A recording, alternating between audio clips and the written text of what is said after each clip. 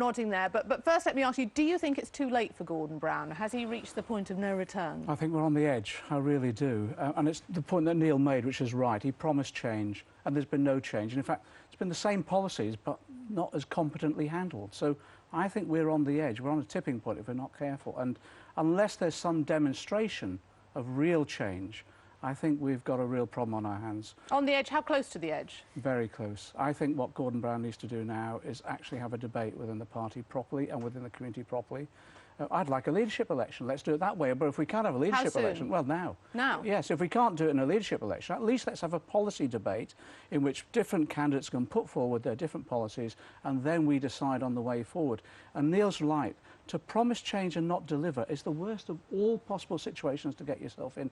And then to continue the same policies, but then demonstrate actually you're not very good at delivering those policies, undermines your status. So you want a John Major solution, back me or sack me, I'll if put my leadership on the line? I think we should have the leadership election that we never had last year. But if we can't have that, let's have a different type of election, which is about the programme rather than the individual. And let's have that real debate.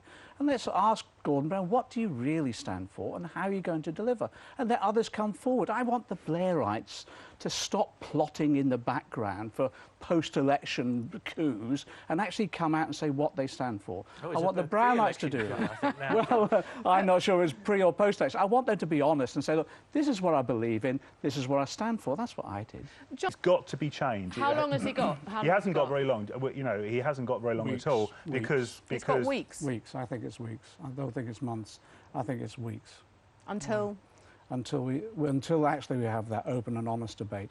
And I think the tragedy for Gordon is this. He's wanted this job most of his life, the last 10 or 15 years, and you get there and he's discovered, actually, I'm not very good at it. He is a figure from a Shakespearean tragedy. There is an element of tragedy about this.